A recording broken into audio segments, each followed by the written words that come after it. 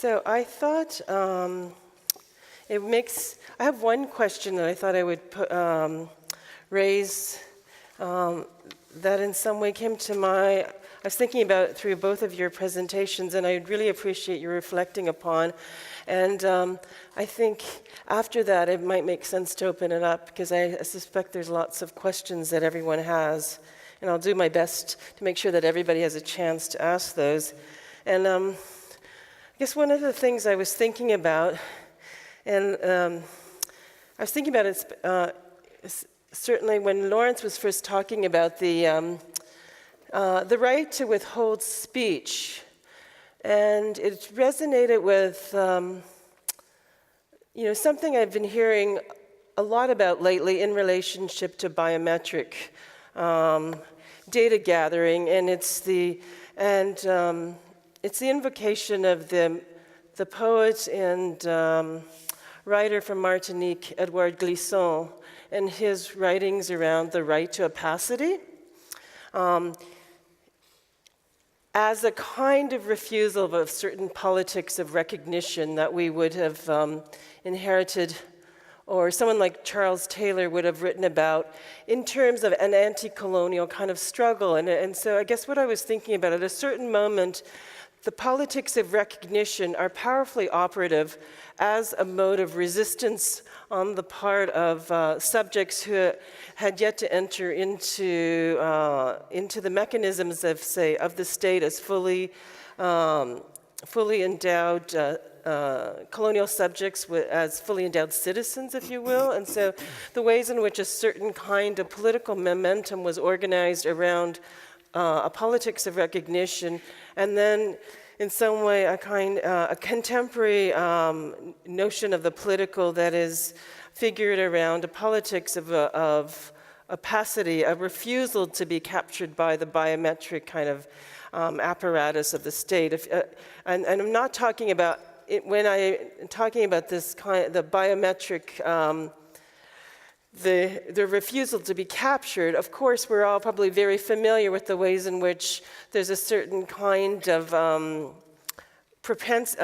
ways in which biometric failure has operated. So the ways in which certain skin color isn't picked up by face detection software, or smile detection software is misreading certain kinds of features. So there's a misrecognition on the part of certain biometric technologies, which are obviously engineered and figured around largely kind of Caucasian sort of subjects as the subjects by which the subjects of biometric kind of interest. I wanted to ask you about this. I guess I'm asking you to sort of reflect on this kind of what I'm seeing perhaps as a kind of shift or a transformation from recognition as that which was produced a kind of very operative politics and an insistence on being kind of recognized, to the right to actually refuse recognition by the kind of state. If you could both reflect on that, perhaps vis-a-vis the ways in which something like that is operating in your own practices and research. Well, do you want to? You go. Should I say? I was thinking, the reason why I became interested in taqiyya is exactly because the classic calls for silence don't make any sense anymore, as far as I understand. I don't think it makes sense to now, in the context of mass surveillance, to just say, I want to be silent. I don't want to have to be listened to. I think that's gone. That moment's gone, and we need to think about other ways in which silence can exist, or forms of, let's say, opacity can exist, or forms of sort of like, it's not even really evading the technology, but finding a way in which the technology itself is also incorporated into the ways we think about, like speaking the truth, for example. So the way that the lie detector, for example, makes this kind of division, and kind of finding actually that a kind of conceptual, legal, juridical framework which actually collapses the division already, which makes that the object voice and what you're talking about the same thing, actually kind of destabilizes the technology. But it doesn't happen through total withdrawal. it happens through another kind of withdrawal, as far as I'm understanding in this context. So, in a way, I don't really want to be, I don't want to not participate in these kind of systems of surveillance. But I think it's about, of course, and you would be also the first to agree with me about using them, remobilizing them in other ways. And that's what I also would do in my practice, in which it's not always that I'm making these kind of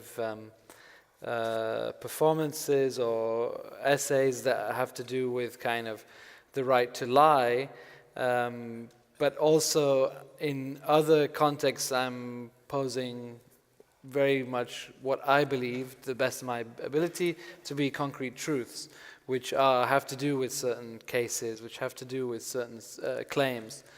So I think it is for me about doing them at the same time and allowing them to actually destabilize each other, rather than to make a claim that I should be allowed to be silent or not, right? In this kind of way. I don't know if that makes sense. The effort to raise writing in particular, and to some degree to raise conversation, has always been a big part of what biometrics is about. So for a century it's been about saying, this person will lie, and once I've captured the biometrics, I don't have to ask them. And it is interesting when you go to one of these places where the grant payments are paid, there's no conversation, none of this typical bureaucratic supplication, which is the normal thing otherwise. If you confront a state official in South Africa, it involves quite a lot of begging, usually, of some kind, signaling begging, if not actual begging. And in the biometrics, these people present a card and they put your finger in, no one talks. You know, the cash comes out of the machine and they walk away. And I think one of the problems that we have to get in mind is that for the vast majority of the Earth's poor, this thing is being presented as a straightforward transaction. You will face there will be some inconvenience, there will be some brutality, but this will deliver a cash payment into your hands. And people will always opt, this is something Claude Aki said a long time ago, they will always opt for survival over fundamental human rights if they're offered if that's how it's presented. And you know, I think we have to figure out very carefully, we have to think about what it is that we want out of the system. For me, the question is, the really serious problem is, what are we going to do with the huge numbers of people who have no means to survive on the planet, rather than what do we do with the rights of the people who do have the means to deal with that problem? And I'm not sure yet what an argument about privacy will look like in those circumstances. I can imagine there are things we could do. You could say, you know, you can't transact in this data. If you're a private company and you capture someone's biometric minutiae, you've generated a numerical string from that doesn't belong to the company. It still belongs to the person who gave up the data. And there are limits on what people can do with that. None of that law currently exists in South Africa or anywhere else, as far as I know, on the continent. So I don't think. I think it's worth having in mind that this argument about speech, the control of speech, being key to the establishment of identity, is very much a European and an English thing. You know, it is key to what it is to define respectability in England. That the state doesn't determine that for you. You get to have a negotiation in the process. The English were not very good at sharing that with the people they colonized, unfortunately, and the consequences have been, you know, really a kind of a state that doesn't ask people what they think about who they are, as a rule. And that's a very widely distributed pattern. It's not just a South African problem. I mean, yes, I wasn't talking about speech in the context of your presentation, but rather the ways in which, you know, say certain kinds of processes that you've already sort of talked about, the ways in which that data that enters into other data sets and is aggregated in ways that oftentimes circumvents, say, strictures that might be in place in terms of, say, not producing credit scores based on, say, particular kinds of racial factors. So I guess it was about the ways in which their refusal to enter into a biometric kind of database as a kind of political necessity.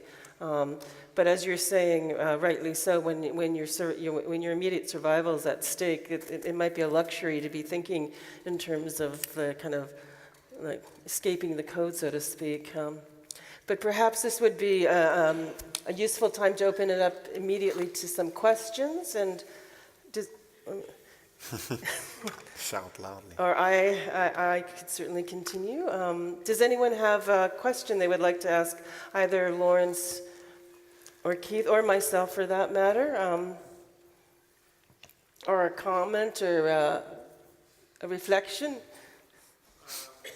Several years ago, before Copenhagen, Oh, are we using a microphone? I guess so. Yes, it's on its way. Thank you. So several years before the Copenhagen climate conference, I was at another COP, another UN climate conference, and I remember being very touched by an event where people from Pacific Islands and people from the Arctic were sharing their experiences. And it was one of the few sessions where most people had tears in these climate negotiations. But then the person from the Arctic, she said, and another thing is the sun is setting in a different place. And instantly, all of us, myself included, I apologize, I was trained as a scientist, we concluded that this person was not reliable. And it's so powerful now. My neighbor has found a journal article that explains the optical effect of distortion and so on. And I wonder how this biased perception of what the truth is, on something as simple as where the sun is, where we should really trust these folks who have been looking at the sun for ages, generations, how does that transfer to the two issues that you have been referring to of who has the authority to say what is, and more importantly, what should be? Because even you're taking the tapes from the trees, in addition to the spectacular beauty that you created in this session, thank you very much. Now there's more fruits being eaten by birds, but also you have revealed something that I think is almost a trespass, right? Now I know something about the taqiyya that maybe they didn't want me to know. So who has, I don't know, it's awesome. Thank you, I'm very confused.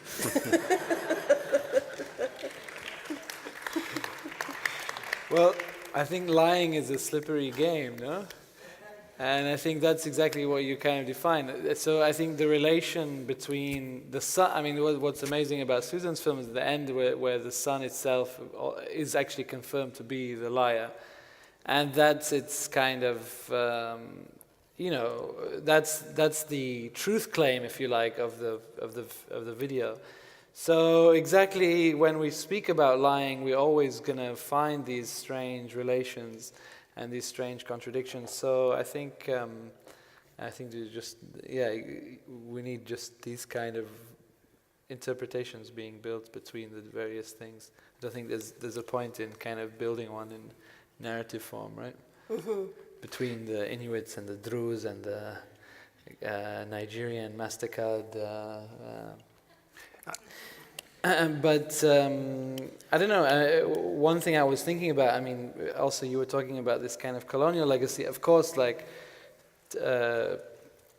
in the context of taqiyya, yes, it emerges exactly because of colonial policies, right? Or because of a whole series of borders and occupations that are being made and demands that are being made upon people who don't really want to conform to them.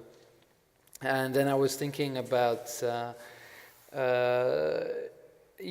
the very beginning when I was researching on taqiyya, one of the things that led me to that, or the places where I was taken to, was the context of Rwanda with the Gacaca trials and with the whole argument by the defense in the International Criminal Court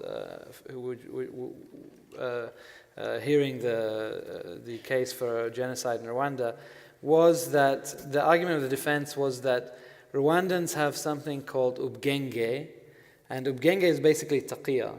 And ubgenge means that they will say whatever you want them to say. And therefore, you can't trust any of the testimony of any Rwandan who came into the courtroom. Sure. And this was like the ultimate line of the thing. And of course, when you first hear this, it's kind of like, of course, it's just associated with all the racism and all the horrors of colonialism. I mean, the form of argumentation, the way they say it, the way they stand in court and take an oath to even say that all Rwandans are liars, right? So like, the two forms of truth production immediately smash against each other because somebody stands, puts his hand up and says that he swears to tell the truth, and then sits down and says that other people can't tell the truth, right? So on the one hand, it's interesting the ways in which these concepts kind of meet the classic realms of truth production, the colonial, let's say, system of truth production. But on the other hand, there is also this kind of, I feel at least, an emancipatory potential in them. Yeah. I mean, what you've described is, I think, probably the standard defense of everybody who's ever been a colonial subject. You say whatever you think is going to get you out of trouble. Yeah. But my position on this question about who speaks is slightly different in that it's partly because I think there are certain people whose voices are just not heard very much. So African officials, I mean, the elites, the people who govern the state, they're very underrepresented actually in the global debate, mainly because Europeans can't pronounce their names. They can't remember the names, so you've got to write them down. And so and whereas anthropologists, and there are lots of them, routinely present the view of people who are, in a village as the little person quite eloquently. So, my feeling is there's quite a lot of traction, usefulness to letting these elites speak and to sympathize with them much more than we typically do. They have a lot of skin in the game. That's their lives. Their families live there. They live in these societies, and I think understanding what they think is very important and underrepresented. So, you can get the World Bank's view very easily. You can get expatriate views at the World Bank very easily. What's very hard to get is the view of the Director General in the National Registry Office. Somebody whose point of view you never hear. There's always a consultant, someone from some European university that's there who writes the paper up. And it's not to me about justice or morality or anything. It's just about what particular kinds of evidence are underrepresented in the global discussion at the moment. Mm-hmm. Yeah, no, absolutely. Question right here.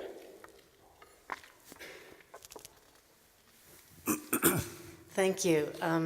3 terrific presentations. I am thinking about the norm as a tool of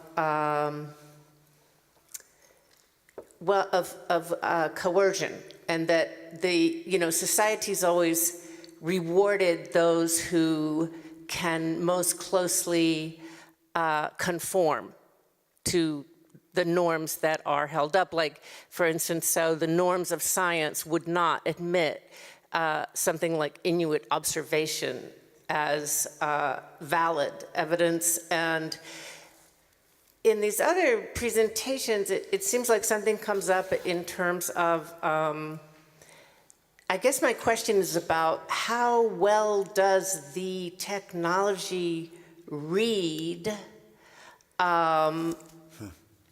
anything that sort of diverges from a norm? Like, for instance, I know someone who has a disease and their speech is changing, and at the same time they need voice recognition software in order to write, but the software has a harder and harder time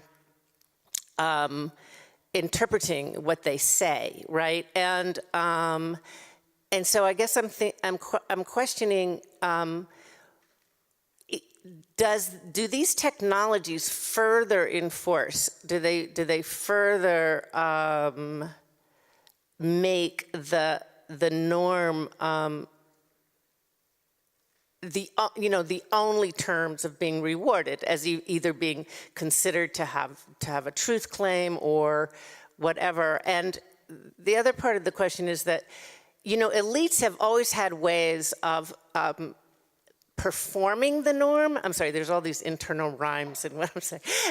Performing the norm, but diverging from it in their private lives or their economic lives or whatever. And I'm wondering if there have been ways that more powerful people find to get around some of these detection technologies. Does that make sense? So, well, it's a little bit like how I began, you know, like there was a moment 5 years ago even, just before Siri actually started, where voice recognition was still kind of really bad. It wasn't really bad actually, it was kind of amazing because it didn't have the same, so when we say bad, we mean it doesn't have this same type, same mode of comprehension that we have, right? And actually that was kind of amazing. So I remember I was making one installation with voice recognition. And what was amazing was that, and this was 2012, that thick Korean accents speaking in English got it right, got the machine to do what it wanted every time. And really just Australian accents, native English speaking Australian accent, you just didn't hear it. You just couldn't hear whatsoever this voice. You really just couldn't hear one word from it, just always ignored this person completely. Delighted to hear that. Yeah. So what you're saying is this is what I'm saying is like more and more these things are starting to become boring because they start to hear like we hear. They start to hear these voices in a very particular way. The programming becomes more efficient. It was really like, I think it's kind of post-Siri because also, it's like the iPhone and it gathered a very particular sort of class of people who, of voices and made a database and used that as a kind of way to produce comprehension. So, yeah, that's what I was thinking about when you were speaking. Now now I forgot the second thing that you said. Sorry. After you. No, I was just going to say, I would be perhaps more inclined today to think about not norms, but think about the anomalous versus the pattern. So what we're actually looking at is the ways in which anomalies are actually emerge out of like data aggregation. So yes, there's a kind of, like patterns are constituted around certain understandings of, I agree, of kind of normative behavior. So, algorithms that track, say, movement of people in large urban spaces. So when the trajectory of movement is faster, that's an anomalous event that could suggest, say, theft from a shopping mall or something like that. But what we're really looking at is a kind of anomalies from a aggregation of data that is actually producing in some way norms on, like dynamically as part of the sort of system. So there's not the sort of sense of the norm as constant in terms of the mean, average norm that we might have had in the sort of as a legacy of I would say of the 19th sort of century understandings of kind of classificatory principles. The thing, I'll let you come in now in a second, Lawrence. The thing that I think people sort of mistake about biometrics is they all think of one-to-many matching as the fundamental thing that biometrics is doing. So that one-to-many matches, you take your fingerprints, you arrive at the airport, and they check you against the database. The FBI have 100 million people. That's hardly ever happens. I mean, most of the time, it's tuned in some ways to limit the population, or often just you. You're often the only data that's actually being checked on the card, and that is much easier to get right. And the people who design these things are obsessed with error. That's what their science is. Biometrics is actually the science of error. So the humanists come to this and they're like, oh, well, biometrics will make mistakes. Like, come on, guys. These guys know that. That's their job. They've spent their whole lives trying to figure out ways. The textbooks are 50% error, and then the techniques that you can have for managing that stuff. And so my response mainly to this is that people need to take seriously how productive these technologies they actually are. You know, how effectively they can be made to work. Not that they're not. It's not Gattaca. This isn't. But it does do some very, very powerful things that bureaucracies have had real trouble managing for the last 150 years. My point is very related. Yeah. It's and it connects to Claire's point about the powerful, and exactly that. This lie detector is totally bogus. I mean, it's used everywhere, but it's completely bogus. It doesn't do anything. It's just like, even what they found when they looked into it was that the kind of microscopic nature of this lie detector is so much so that it hears in between the frame rate of the audio file. So actually it just hears like acoustic silence some of the time. So its verdicts are sometimes based on acoustic silence, on digital silence, just or noise. So it's exactly that, and of course they know that. I mean, it's only like these stupid people in like Ilford Council or whoever buy this thing. But the point is that it does. Even the Ilford Council know that it doesn't work. I mean, everybody from the beginning to the end knows it doesn't work. And so, you know, and there's of course a reason why lie detectors have this history of kind of this, also this weird legal history of never being allowed into the courtroom, of being kind of supposedly an interrogation tactic rather than anything else, because of course we always knew from the beginning that lie detectors are the ultimate bogus technologies. But it's the bogusness that this is them fingerprinting too. Exactly the same thing. There's this huge tension between the immensely difficult probabilities, the science, which is really nothing is certain, and you've always got an error, a significant error in every single image you're ever looking at. And the guys who stand up in court, and then say, you know, this is it, 100% certain he killed her. So, you know, but the problem really is that for people with weak states, these tools function properly. And if you're sitting in a, you know, you're in a country where the state doesn't have any records for you otherwise, that the remedy of being able to attach your identity to the device is very compelling. I mean, it's interesting because this morning we kicked off the day of the curriculum.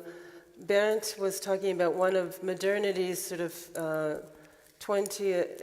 fantasies was that it could somehow stabilize the object, as I recall, like fix the object, and that we're living in a time where it's much more kind of process-based, performative. But it strikes me in some way in both presentations that there's, despite this sort of knowledge of the inherent fallibility of the technology, that there's once again a kind of return to a kind of conviction in the ability to stabilize the computational object. So that sort of modern obsession with the object returns, but in a kind of different manner in the time of the algorithm, perhaps. And you actually used the words, the objective quality of the voice. The object quality. The object quality, the object quality of the voice. Like the voice is constituted as an object that can be, you know, calculated, measured, evaluated, etc., and then plugged into a data set. We have, I think we have to wrap up, but if is there one last question over there? Yeah, thank you. This question is actually for Susan. I was interested because I had read previously that for some years NASA has been showing through studies that the axis of the Earth has been shifting due to global warming, and this was known before COP15. Was that a conceptual decision or that problematic, why that information you didn't include in the film?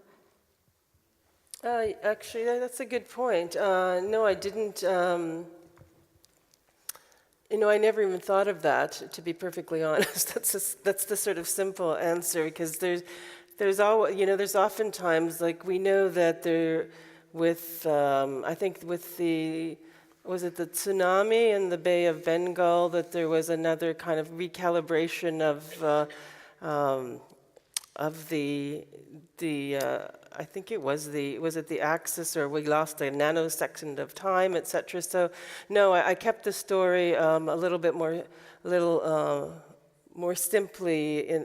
But basically, the short answer is no. I never even thought about that, and that's a good point, actually. Maybe if I ever do another re-edit, that would be worth including. Thank you. Okay, one final question, and then we really have to go to break because we have another panel to get to.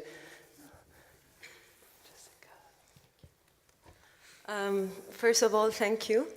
I just want to go back to something that we've started with our seminar today in the axiomatic Earth.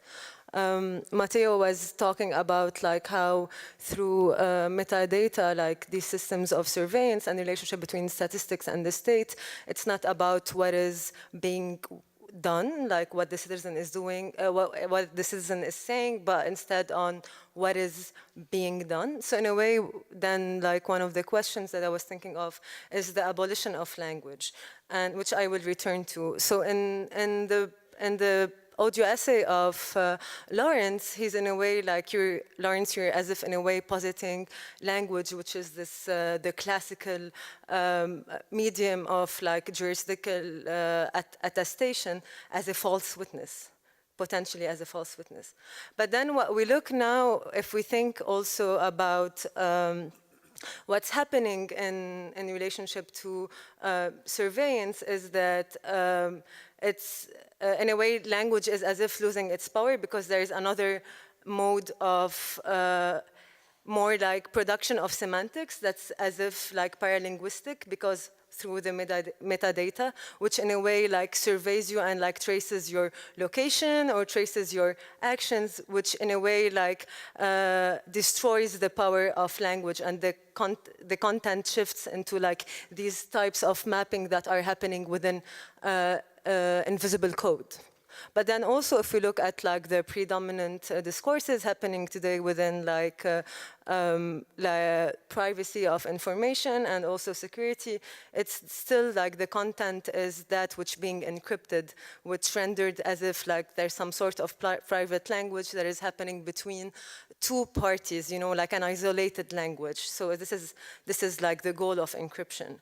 But so at the same time, there is this, we're thinking about the potentialities of like encrypting the metadata. But then if you think about what is language within cryptography, it's a language that is illegible, you cannot read it, but it's also inaudible because it's not made to be heard. And so there's a lot of potential within that. And again, from this, I go to somewhere else, which... sorry, is it okay for, I know it's very rude of me to interrupt you, but we're totally over time, and there's more presenters technically in 5 minutes, but we need a little bit of a break. But can we, I think that's a kind of wonderful sort of summary and set of observations, and maybe we can hold that as our kind of final comment on the panel. So thank you very much, and I'd like to thank Lawrence and Keith as well for their presentations. Please join me in thanking everyone, including yourself.